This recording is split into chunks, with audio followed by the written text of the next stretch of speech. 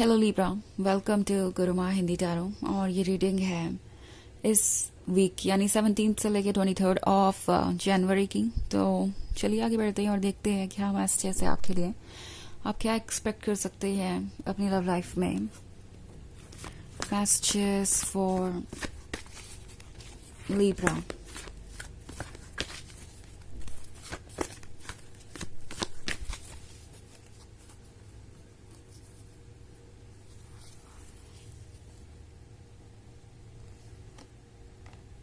Seven of Earth, Nine of Water, the Hierophant, Four of Air, and Two of Air. Okay. So, हमारे पास है the Hierophant.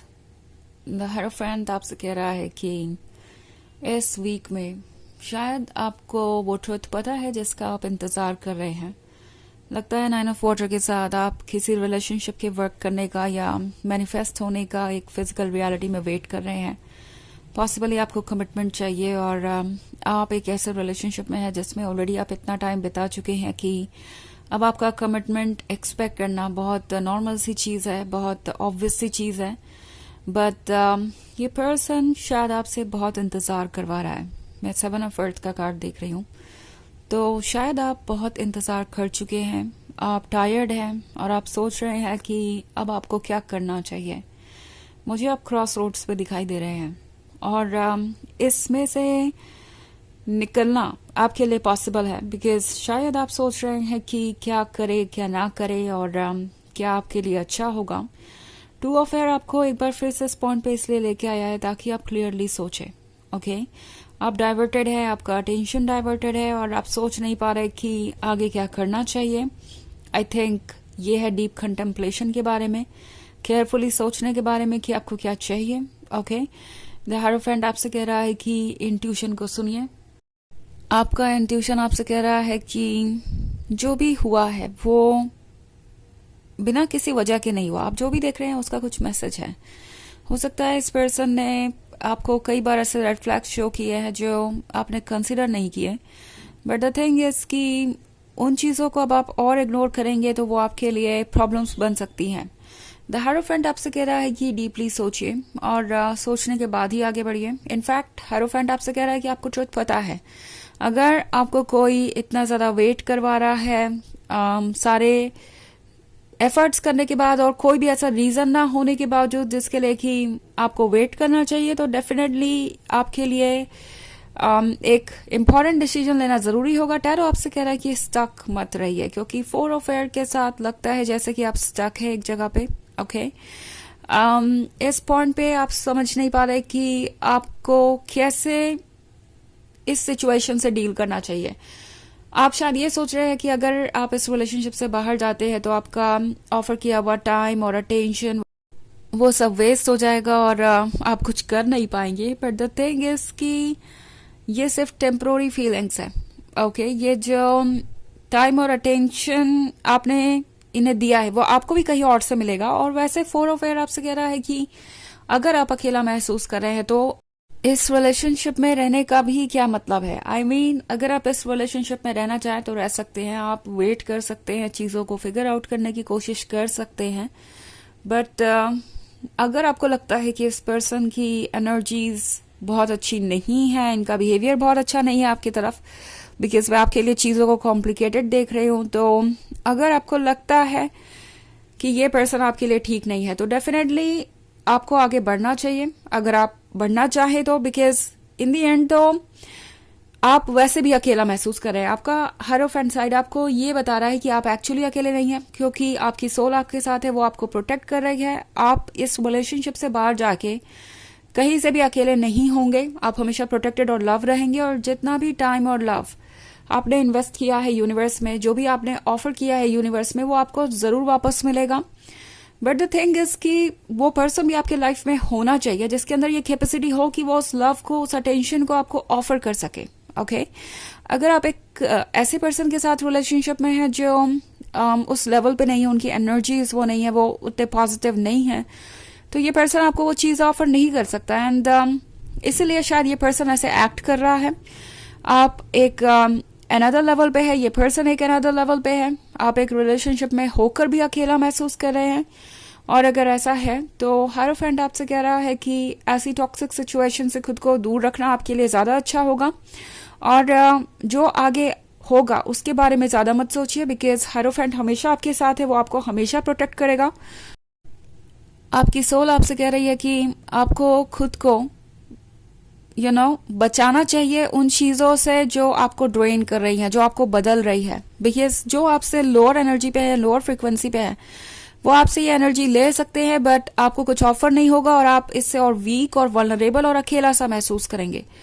तो ऐसी situation से आप दूर जाकर अपने आप को हील ही करेंगे, आपको कोई नुकसान नहीं होगा।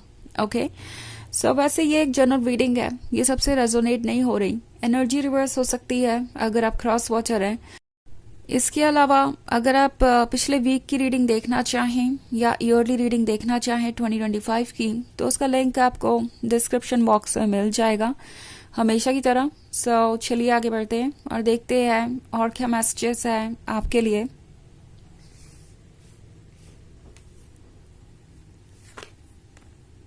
Call, 3 of fire in reverse, the Empress, 5 of air, 7 of air.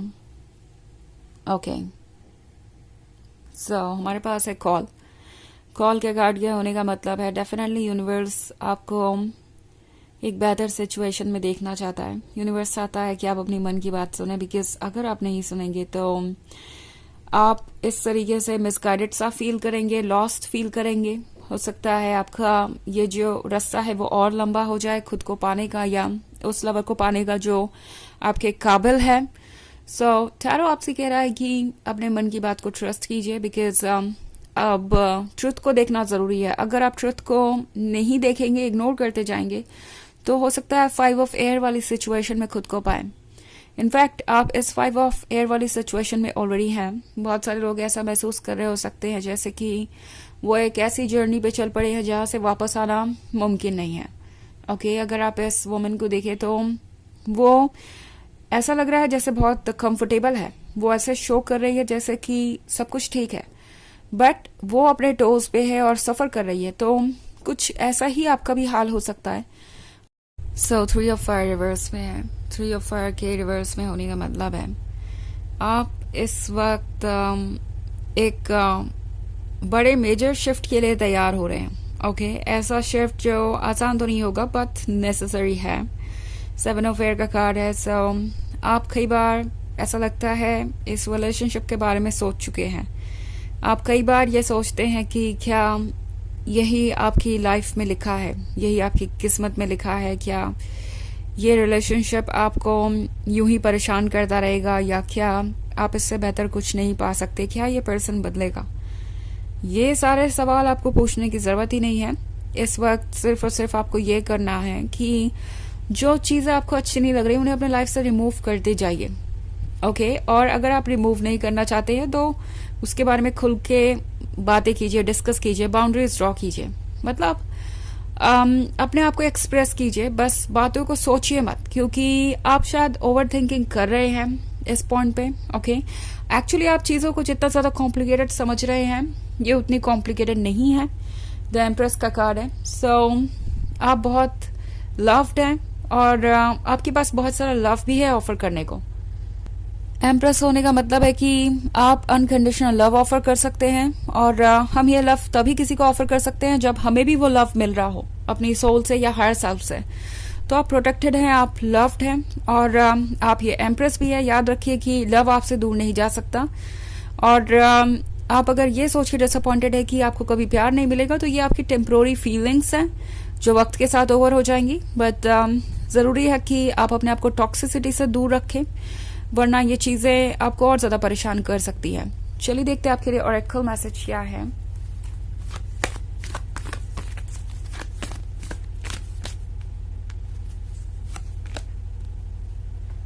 ISIS, magic manifesting. Okay, your dreams, visions and goals are becoming reality, stay focused. तो ये कार्ड आपसे कह रहा है कि आपके सपने, गोल्स सब कुछ सच हो रहे हैं। ओके, बस फोकस रहिए और आगे बढ़ते रहिए। आपके ड्रीम्स उस पर्सन पे डिपेंड नहीं करते, वो आपके हैं और यूनिवर्स ये श्योर करेगा कि वो ड्रीम्स पूरे हों। सो ये है रीडिंग इस वीक की। आई होप आपको अच्छी लगी होगी। Thanks for watching. Till next video, bye.